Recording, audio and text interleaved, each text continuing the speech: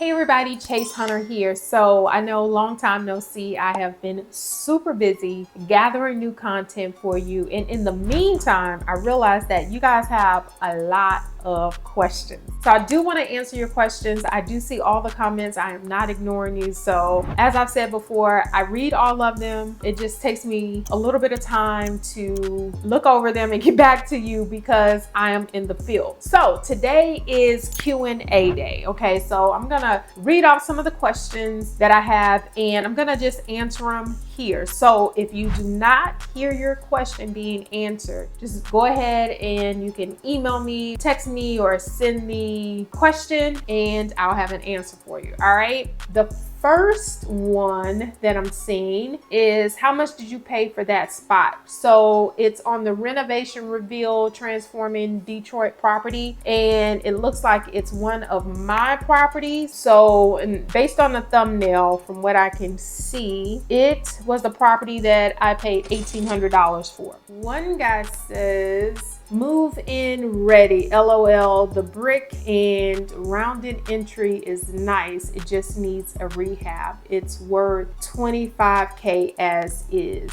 Not sure which particular property he was looking at, but it seemed like it's on one of the East Side versus West Side's video, which Detroit investment wins. So could be the worth of the property, or how much it's worth. It really depends on who's buying the property. So we could say all day long what it's worth to me or what it's worth to you or someone else, but that varies based on who is purchasing the property. From Paul Shallon, great video. Can you share the zip code? I'm not sure which one you're talking about. The Investors High Return Haven. If you can maybe screenshot what you're talking about. I'm not sure which video that was, but if it's on the west side, 9 times out of 10, it was 48227, 48207, or 48235. So there's that, because those were the ones I was typically looking in. All right, another one. Do you know about contractors to use as well? Yes, I do. I work with a host of contractors. I'm always meeting contractors. I'm always deploying different crews, people for different things. Now, I will tell you this. Everyone has a different skill. Everyone has different talents and such, right? When someone says, you know, I do everything, they typically can't do everything. So I just kind of go to their job sites, see what they've done, pull their references, you talk to their references and things like that. I have more licensed contractors now than I did before. So of course that affects the cost of the project now, because, you know, licensed versus unlicensed and things like that. But I found when they're licensed, typically, you know, don't want you messing that up for them, and they care a little bit more about their license. Can I sell my land bank property via land contract before passing compliance? I'm gonna say no.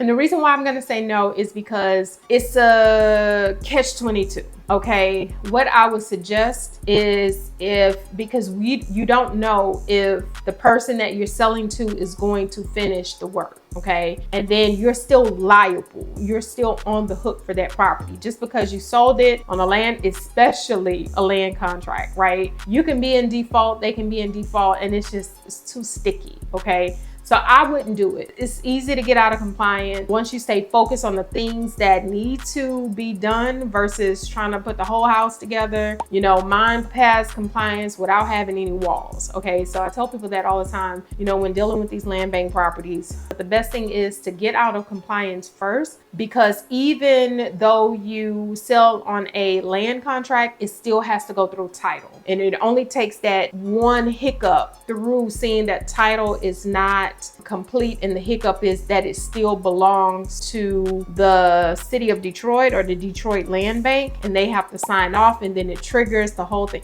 don't do it. Just don't do it. All right. One property, did I find a body? No, but I did find dead animals. So if you go back to, and that was on the east side versus west side, which Detroit investment wins? I think it's because maybe I found something. I walked into a few properties and it was just not good. The condition was terrible. And in those, I did find some animals that were not alive anymore. So that could have definitely played a part. Another comment says, Chase, I'm a private investor in Denver, Colorado. Would you be interested in a joint venture investment in Detroit? Do you have any in mind on the east side of Detroit? Yes, yes, and yes. Okay, so make sure you send me a message in regards to that. Next question is, you and I both said walk-in closet at the same time. I think, yeah, that was on an old video, contractor disaster. So you guys are going back to my old videos and I appreciate that. What is the name of your general contractor? Would you recommend them? So it's based on the project. You have some that are good for really good for cosmetic. You have some that are really good for big projects, big rehab, small rehab, so and everything in between. So it just really depends on the person and the time of year and the budget. So all of those things matter. So I would have to know the scope of work for the project in order to know who to refer, if that makes sense. The next question is, I didn't know you could buy a Detroit land bank home under an LLC. Yes, you can. How is that different from an investor buying a house if it doesn't sell after the first auction? How is that different from an investor buying a house if it doesn't? So basically, the land bank will ask you when you're purchasing the property, even if it doesn't matter if it's first round, second round, third round, or whatever, you can tell them that you are purchasing the property in your LLC. Now, the caveat to that, what a lot of people don't understand, when you are purchasing a land bank property, your LLC has to be registered in the state of Michigan. Okay, a lot of people are trying to come with outside LLCs, your LLC connected to something else. No, it has to be the LLC that's registered. So I would start a whole new LLC specifically designated to your properties in Detroit. Okay, and I probably have to do a part 2 because I don't want this to be super long because I have quite a bit. So what I'm gonna do is I'm gonna pick up, because this person asked 2 different questions.